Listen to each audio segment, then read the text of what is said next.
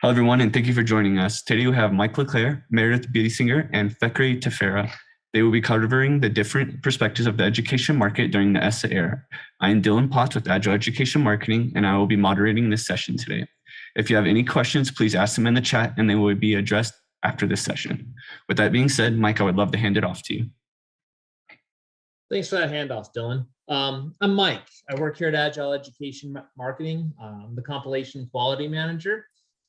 Where we really specialize here at Agile is our specific data sets that we collect and normalize so they're actionable for our clients. Personally, I have about 10 years experience with dealing with education data. And with 10 years experience, we've created plenty of partnerships and relationships at state levels, district levels. We're incredibly education focused. That's the only thing we deal with here at Agile. So we know the education universe. When people have questions about education, because we have employees like Verlin Stevens with nearly 30 years experience in education, myself, the rest of the team, we're able to make sure we can segment the data in a way that's actionable. For this specific webinar, we're going to be building off the previous webinar where I touched base with Essa learning loss, opportunity for learning recovery, gains, and such. We had a very limited universe to look at, but in this webinar, we actually have data that represents coverage of nearly 27 million students in the US, about half the population of the public school universe. So that's kind of the background for me. I'm going to hand it off to Meredith for her introduction. Meredith? Thank you, Mike. My name is Meredith Biesinger. I am a professional educator and writer. I've been in education for almost 20 years as a high school English teacher, a school administrator, and I currently work as a dyslexia therapist. I also began the Young Mississippi Writers Project as a literacy movement to promote literacy through reading and writing through the art of storytelling, which is something beloved here in the South. And I'm really excited to be here with you today. Awesome. Thank you, Meredith. My name is Fekre. I am the Director of Analytics at Paper.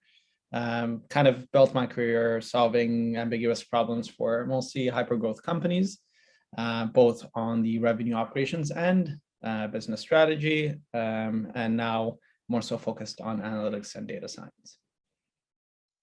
All right. With that, what we're going to do for this webinar is we're going to jump in. We're going to go over some of the data, kind of establish a baseline, if you will, to make sure we're all on the same page. Then towards the end, we're going to make sure we get Meredith and Fekre's input on how it's impacted their specific situations and how they're making sure students are in a better place, continually getting in a better place. So we're going to talk about the performance collection process that we have here at Agile. So we've been collecting performance data for nearly 10 years in almost every iteration. Started off with AYP for us, it went to ESEA waivers, and it's currently as reported as Essa data. Essa data, as many of you know, is a state-by-state collection process. No two states are the same as far as how they present it. Sometimes the proficiency data is reported in one file, sometimes it is quite literally, 20 some odd files with thousands of different data points. Because we've been doing this for so long, we've created those relationships at the state. We make sure there's an understanding on how they're presenting it, how we're understanding it, and how we're making sure we make that actionable for our clients.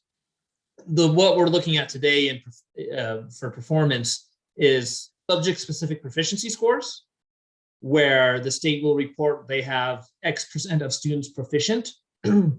And then the new data point that we've created is trending, where we can show you is that school or district, have they experienced learning gains, have they experienced learning loss, or are they neutral? And that's the one that we're going to be starting off with to make sure everyone's on the same page. So with trending data, what we do is we look at 3 different subjects, ELA, math, and science, as each one's required to be reported per Essa guidelines. Our coverage is about 27 million students, a little above that. We have 40 states currently on file with Essa data.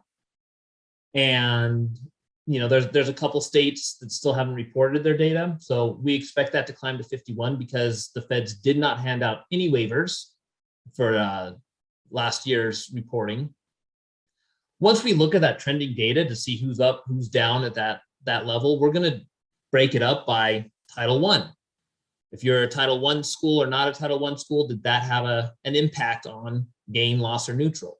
We're going to look at rural, urban, suburban, and then we're going to dig in at the national, state, district, and school level.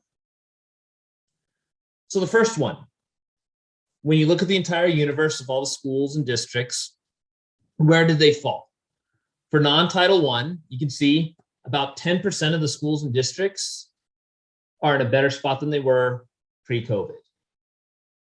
Neutral, that's about 5% gains or loss in total proficiency scores. You see about 40%, 50% for loss. You can see if you're a Title I school, although a little difference, the variance wasn't huge. You didn't see Title I schools really struggling as opposed to non-Title I schools. The same's pretty similar for math. You can look at the numbers, gains, 8% compared to 7, neutral, 25 for 21 for math, and then loss, 68 and 72. So if you're trying to break it up, Title I schools experienced a much higher learning loss than non-Title I schools, it's not really the case in this example. So let's look at it another way. Let's look at, rural, suburban, and urban. And again, if you're looking at overall loss, with the exception of rural and math, you're not seeing one group being greatly impacted compared to another one. You can see the neutral data point for rural, suburban, urban, for ELA and math. There's so little variance. If you're reaching out to the same people, if you're reaching out and you're expecting to see the same thing across the board, it's not there. Title I showing you there's very little variance. Rural, suburban, urban showing you there's very little variance. It's really hard to just say this is definitely what happened. You can see that the learning loss in math was higher than the learning loss in ELA. That you can feel pretty comfortable with. The rest, making sure you're getting the right message, that's kind of tricky. So let's go up super high and look at a national level for these gains. For these 27 million students that we are able to categorize in one of these three categories, at the national level, 10% are in a better spot for ELA, 35% are neutral, that plus or minus 5% for their overall proficiency scores, and 55% of those 27 million students are in a significantly worse spot than they were pre-COVID. Math, you can see very similar numbers. 7% are in a better spot. 22% fall into that neutral category. 71% at a national level are in a worse spot than they were pre-COVID. But again, national is a really, really high level. It's great to have an understanding of what's happening in that universe, but we can dig down deeper. We can go to the state level. So looking at this, you can see Pennsylvania compared to the national level, they actually only had 3% gains as opposed to the national of 10%. Neutral was a little lower and loss was significantly higher by almost 20%. Looking at the math for Pennsylvania, again, you're seeing similar trends, a little closer to the national average. But again, you have to make sure you keep on drilling down to make sure there's an understanding of who you're talking to. So we're at national, we're at state. Let's look at state and district and schools now. Again, you've seen these numbers before for Pennsylvania, excuse me, gain 3%, 25, 72. Well, let's look at Philadelphia.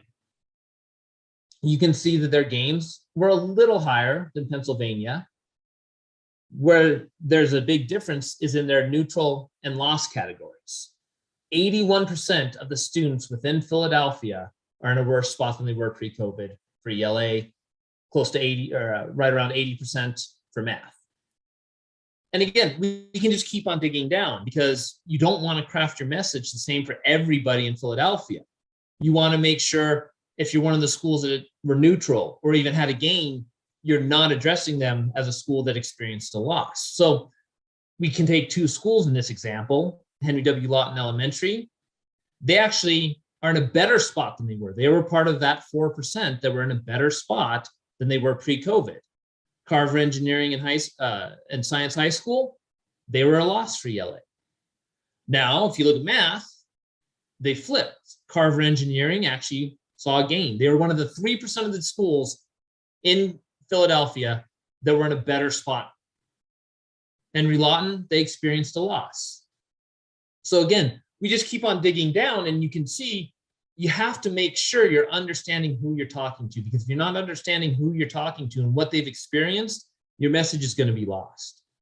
So this next one's kind of interesting from the standpoint, we created a graph where we wanted to show every school in Philadelphia that we were able to get broken into these three categories. This one's for ELA, that gain, loss, and neutral. And what we did, we just looked at the proficiencies used to obtain those metrics. Lawton Elementary, you can see they're about 35% post-COVID, is a very loose term, but currently they're about 35% proficient with ELA, where they were about 29% proficient previously.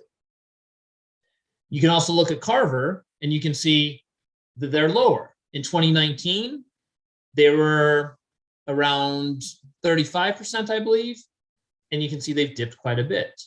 And what this is this is just a representation of 200 schools sorted by highest to lowest for their 2019 ELA scores, English Language Arts, and you can see the volatility that they've experienced with their current round of tests. We did the same thing for math as well. As you remember, 3% of schools were in a better spot than they were. Carver was one of them. Lawton was not. And you can see test scores for math are significantly down across the board in Philadelphia. And making sure you understand what these schools and students and teachers have experienced, how they're trying to tackle it, how you can provide services to make sure they can raise this up. This is what this data shows you. It shows you how to relate to them and make sure you can craft a message that resonates with them. Now, we've kind of created the baseline. Everybody sees that learning loss has been experienced at a significant level nationally, and that it's really, really hard to break it up where Title I schools are always this. Rural, suburban, urban are always this. You really have to go in and you have to look at the data. What we're going to do now is we're going to hand it over to Fekre, and he's going to talk about his experience. And then we're going to kind of open it up and talk about some group experiences that we've all experienced from an education aspect, a tutoring providing aspect, and we'll get to see where that goes. So with that, Fekre, you want to run with it? So what we do here at Paper is provide an unlimited model for tutoring and essay support, writing review for all districts that we partner with. These districts have different needs, and in order to highlight where we need to serve them, Agile has been providing us with data both on learning loss and other information that are going to help us highlight where the needs are, as well as where we can catch them. Our model really fits in well with an equitable model, and in that we provide 24/7 unlimited support, so districts are not capped by how many hours they need to use us. We have those same 200 subjects in over 4 languages, which means that you have a breadth of students that you can reach. And right now it's a scalable model, enough so that we can scale up to 5 million students, of which 2 million are already working with us. So to your point, Mike, we have a granularity need, right? If districts and schools are behaving so differently from one another, yet on average we see learning loss, that means that we need to get lower in and understand where we have the most amount of opportunities to address learning loss. So with that said, some schools will resemble others in different districts more than they would in the ones in the same district. We also need to start addressing those that have the largest amount of learning loss, but also look at historic, because where you end up in 2019 is going to determine how much of a loss you have. And if you are already struggling, and if you struggled maybe less than others saw in terms of drop off, that still means that we have to address your needs. And lastly, there's a subject and grade level that you need to consider, in the sense that there's a compound effect where lower grades are going to be impacted now, and you might not see as much learning loss, but there's going to be a spillover effect as those students age, because they're going to fall behind their peers in later grades. You have other issues like access to technology, where not everyone necessarily has access to Wi-Fi in all places in the US. So even within the same district, you're going to have a lot of different challenges for different students. And then you also don't always have access to after-hours support, after-school support, whether that be because you can't afford it, whether you don't have the technology for it, or whether you don't have the time for it, i.e. you're working late in the evening after school. We still need to consider those students. And in order to do that, we need to look at this learning loss more at a granular school level, at least school grade level, in order to see where the largest opportunities are. With that, I'll hand it off to Meredith, because I think you've had some interesting points on what you see in the actual schools and how the students are suffering or succeeding during these times. Absolutely. Thank you so much.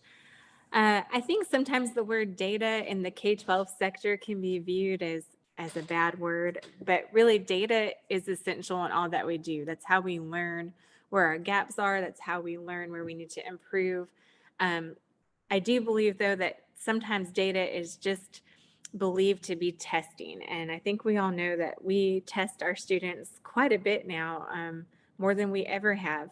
And testing is important. I mean, that's how we figure out where those learning gaps are, like you mentioned. But our students are more than a test score, and so are our teachers. And no two students learn the same. And so when your state department or the country as a whole makes these decisions of this is how our students will learn, this is the curriculum that they will use, you're isolating a lot of students, and you're isolating their needs, and you're also isolating their strengths at a lot of times. And so this overkill on testing has kind of muted individual strengths and individual success in our students. But what we can do, which I think you are doing at Paper, is use our data wisely, and not just to rank our schools or students and their teachers, but use it as a guided response to their needs. And look at individual schools, look at individual students, see where those learning gaps are, where those deficiencies are, and make a plan to bridge those. Also look at where they're really excelling and keep that rate going. We don't want to lose that momentum. Educators and stakeholders just need to take a breath and spend some time and resources on looking at data and their students as assets, where everyone belongs, where everyone can find a learning path, so to speak, that works for them. Educators don't need to give up traditional classroom tests altogether. I think there's this whole movement where we don't test or we test too much, and not all tests are wrong or harmful or invalid, because again, we need that data. We need to know where our students are. We need to know where teachers need to improve, as well as students. So when that data is utilized correctly, and that those tests are administered with the correct format and timing and content, research has proven testing to be valuable. However, it needs to be done with a clear purpose and not just test just to test. We all know that tests don't teach, teachers do. And so there's been a lot of funding that has been spent on new educational initiatives and things that are going to be a cure-all that will work. And often those are needed. They are. However, sometimes I feel personally that we don't think about our thinking. And what I mean by that is that all students don't think the same. Not all teachers think the same. We learn differently. And so we need to use our data to design educational philosophies, at least at a school-wide level, to build a positive school culture for our students and for our educators. One of the things that we're seeing is we're seeing a lot of educators leave the field in droves. And a lot of that is because school culture, educational philosophies are maybe not aligned with, what they feel it was like 10, 20 years ago or 5 years ago. And so they want to teach their students, and they want to use that data to create a positive experience for their students and also for themselves and their colleagues. So data can be key in cultivating successful students, but also successful teachers, because we are all learning and growing each year too, and trying to be the best teachers that we can be so that our students can be the best that they can be. One of the most interesting points you brought up, Meredith, is that we keep introducing new programs again and again. So what I've noticed is teachers, principals, even district leaders, what they ended up doing is, okay, so if we keep introducing multiple programs all at the same time, first of all, you can't focus on one. So you don't even know what works because you haven't given it time to actually flourish and get adopted. So there's a huge difference for us between districts that say, okay, how long does it actually take us to implement systems and get everyone on board? 2 years, 3 years, and in education, most systems take 3 years or so to get everyone acclimated. Those districts, we find the adoption from teachers, the buy-in from students is absolutely higher than the ones that want to try us out for a year, because it's just like taking on a subject. You don't just try it; you have to really invest yourself in it and say, "I'm gonna get it right." So from an educator point of view, in your case, do you think that it's tougher to have these changes as a teacher, or do you think the students have an even harder time with it? That's a really excellent question, because I think children are more adaptable to change than adults. Adults, we kind of get stuck in our ways sometimes, and we like what we like. And so I do think it's easier for students to adapt. However, when you're building a learning foundation, as a young student especially, that inconsistency is confusing and it's conflicting. And I do think, studies have shown that consistency is important in a child's education. And I think you're seeing a lot of schools trying to consolidate into, a K-5 setting if they can, so that they're not having to switch schools in the middle of their primary education. I think curriculum needs to be consistent. Your intervention needs to be consistent. And so, and even diving into a little bit of social and emotional learning there, students who come from home lives that maybe are not consistent, they crave that consistency in their lives as a student, because sometimes that's the only place where they get it. So it's a very lengthy answer to your question. Verlin's, I'll steal this story from Verlin. His son's an assistant principal at a high school, and his comment was, the kids came back feral. Like they're not, like, they don't have the same manners. And yes, this is true. I can speak to that. Well, yeah. and that's the stuff that the data shows that people are struggling with it, but that's something else that I think is important for this conversation. One of the things that we've noticed is delinquencies on the app have gone up. So situations where people use a lot of swear words, where students are mean to tutors, where they're commenting on, ad hominems or whatever. That said, I think the area, if we say support, that means addressing these two, right? You can't kick those students out. Not just the learning loss, it's refocusing on some widely accepted social norms, or however we want to say it, like that's important. So much of school, I mean, is academics, but it's also a social learning experiment. And so when you have children that have been out of a social environment for a couple years, or young ones that never started with that foundation and just jumped right into second grade without really attending a traditional kindergarten or first grade, then you have gaps. Yeah. Your best parents can't replicate a school setting, I mean, just the things that you would learn there. So there's even additional data, throughout the years that we've been collecting this. When they went away from AYP to the ESEA waivers, states all of a sudden had the freedom to test however they wanted. And for the next several years, you saw a lot of states adjusting which tests they are administering. Sometimes they were really state specific. Sometimes there is a group of states that got together and did NECAP for New England area, or maybe a Smarter Balanced, or maybe as ACT Aspire. And you saw this evolution of, okay, this wasn't quite working. Okay, this isn't quite working. And to kind of build on that a little bit, Fekre, you and I were talking about it. Meredith, I think talking to my teacher friends, they've experienced this, and I'm assuming you have too.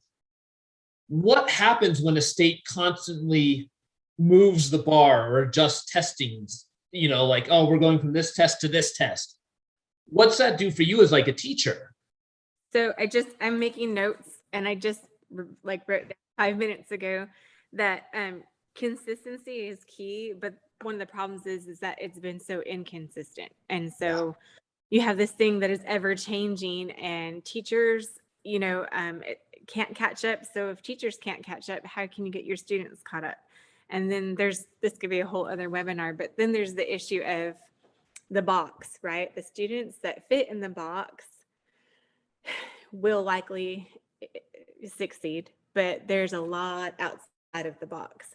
And we design these curriculums and things like that just fit this one population of students and not the others. And so learning loss has been happening for a long time, but like your special needs students, they took a huge hit because they were already getting intervention, and that intervention just stopped for at least a year, maybe two. And so now you have learning loss with these huge, dips across the board, because your mainstream students have learning loss, but your special needs students have severe learning loss. Because if you are a student who needs speech, you can't really get speech services at home. Anytime we collected the data, almost always we got that disclaimer saying it's a new test this year, scores are going to be lower. And what you saw is it took about 2 years for everybody to feel more comfortable with it, i.e., to give the teachers the tools to make sure that the students can understand how it's going to be administered. I'm not saying tests determine how well a student is performing, but as far as the numbers that are being reported at the state level, it took about 2 years before you started seeing real returns. And that's, patience is hard in tough times. And what the data shows is if you're on the right track, patience is generally highly, highly rewarded, assuming you're on the right track. Right. It's a life lesson too. You won't even try to get on the right track if you know that things are always going to shift. Yeah. So there's also that buy-in aspect, right? If you knew that you had to put in time to actually learn a curriculum or a system or whatever it may be, but you're still doubting whether they're going to be around next year, you're not going to invest as much time to get to know that system or curriculum, etc. Absolutely. This is how I look at data, and data is only as good as what operationally you've been able to do on the ground and what you've been able to capture. So Meredith mentioned something earlier, tests don't teach, teachers do. That's true. And tests are only just a lagging indicator of that teaching, to a degree, even. The same way as when we say learning loss, well, that's testing score as well. But there are other things that we know, even from your data sets at Agile, that are indicators of lagging maybe, but truer indicators of how bad we are doing.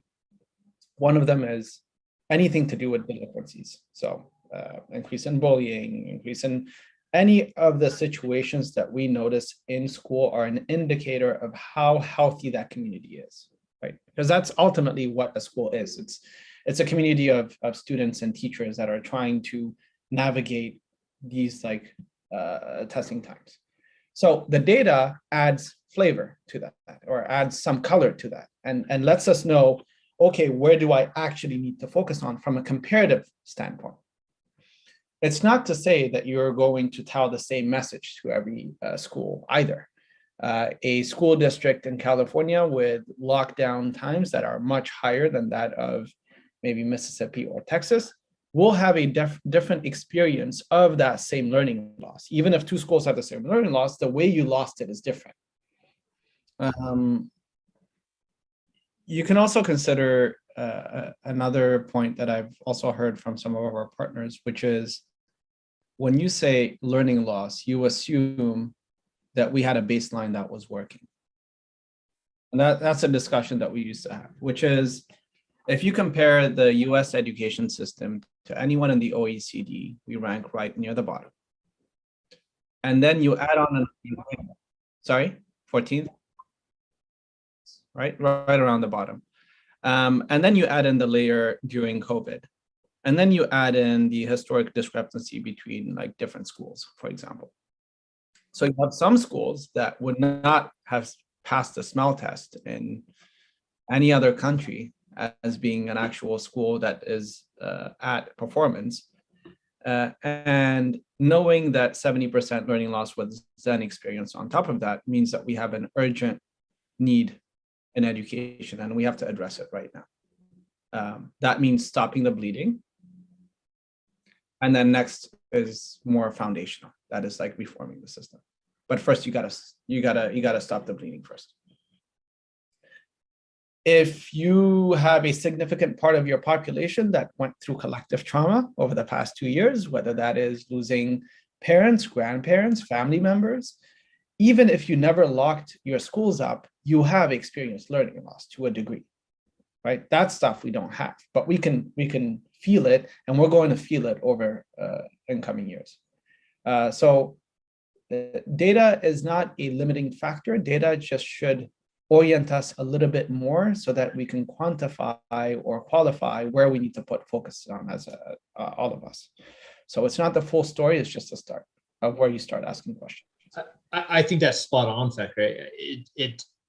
It helps paint the story, and making sure you understand it and interpret it in the correct way really, really helps out. And so many people agree with that. You know, there's an EdWeek article just released a little bit ago, and they're talking how important it is. They surveyed a bunch of district level personnel, and one of the highest ways for them to look at the emails was make sure you know what you're talking about, make it relatable, show that you understand, like you're saying, well, California had longer lockdowns. Make sure you have that understanding before you reach out, because whether it's learning loss or gains or neutral, there's so many other things that go into it. And just having an understanding and being able to put that mosaic together, that's how you reach people, can ultimately start improving on students' experience, where, like you're saying, they have the buy-in.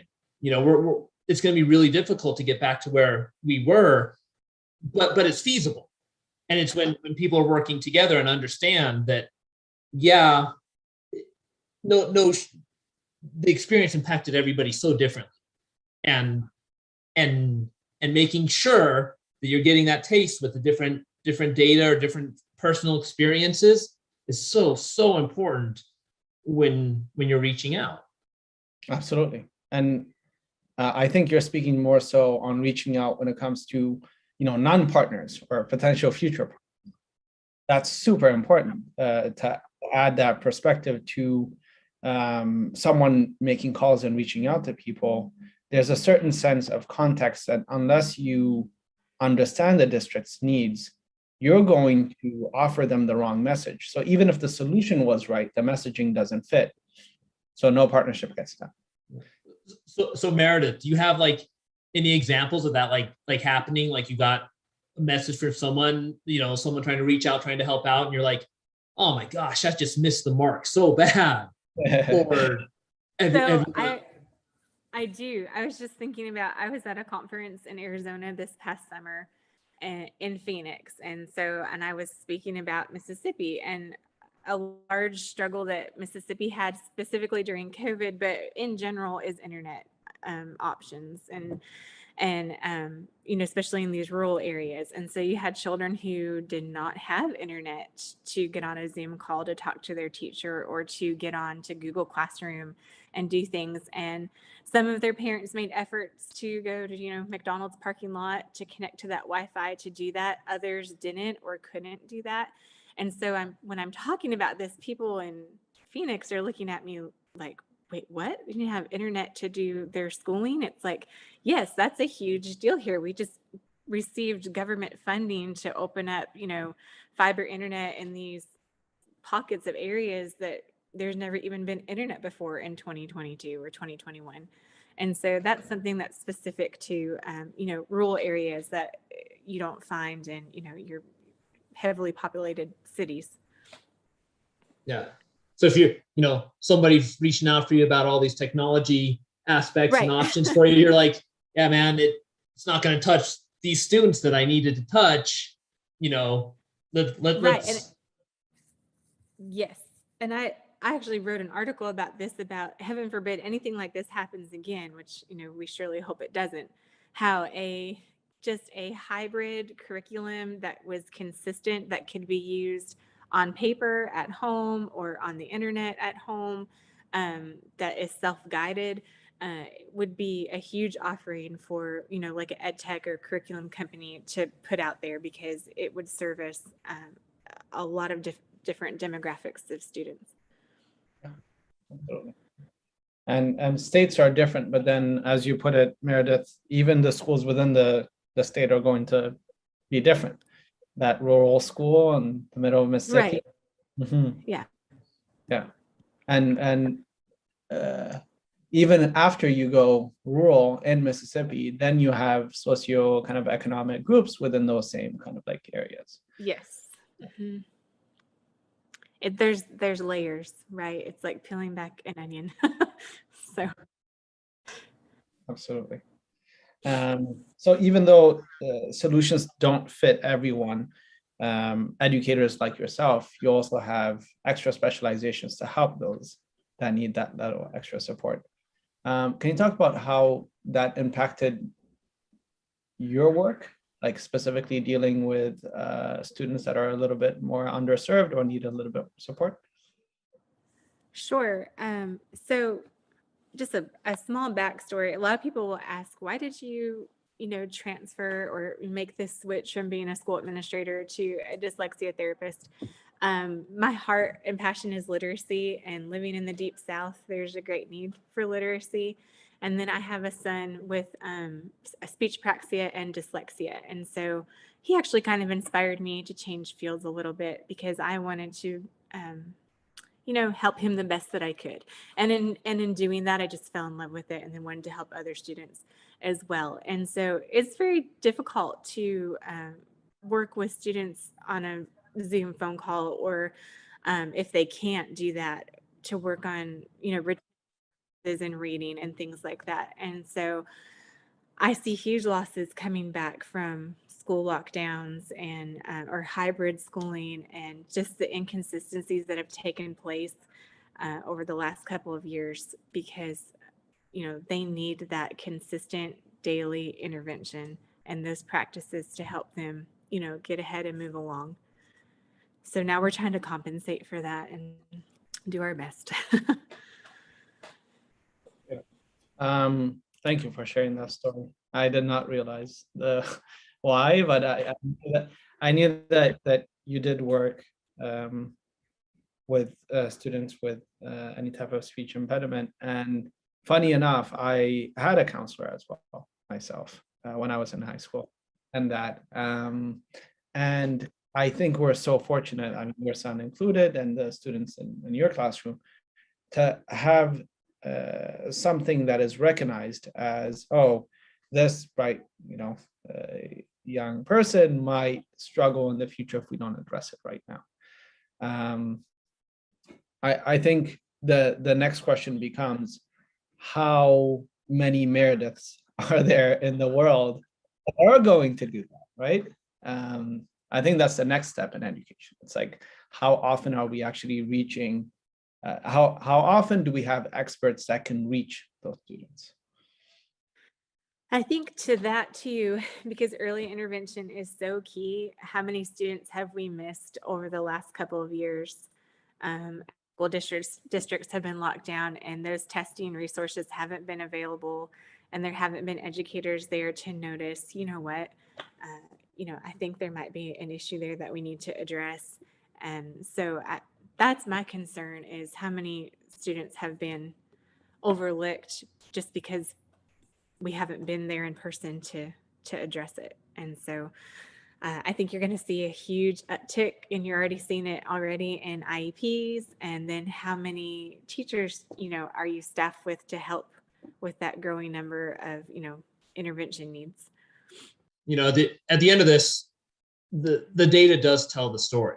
It helps paint that picture, create that mosaic, whatever you want to say. It makes sure you're making your message relatable, making sure you can show some empathy and reach out to potential clients and understand what they're dealing with. From our standpoint on Agile, like I said, we've been collecting this data for years, 10 plus years just on the performance data.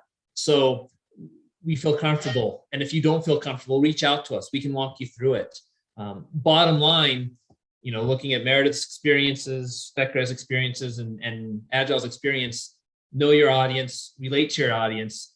That helps you be part of the solution, and a solution that's actionable and impactful to kids that are either really excelling in their current situation or might need a little extra help, especially with everything going on these past couple of years. So reach out to us if you have any questions. And once again, I'd really like to thank Meredith and Fekre for your time today. You guys were great.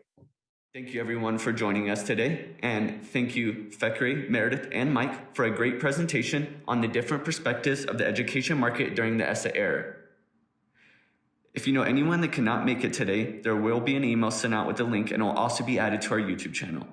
If you have any questions on the topics presented today, please reach out to see how our team can answer them and help. If you have not subscribed to our YouTube channel, this is a wonderful way to catch up on all our past webinar recordings. Again, thank you for joining us today, and have a great day.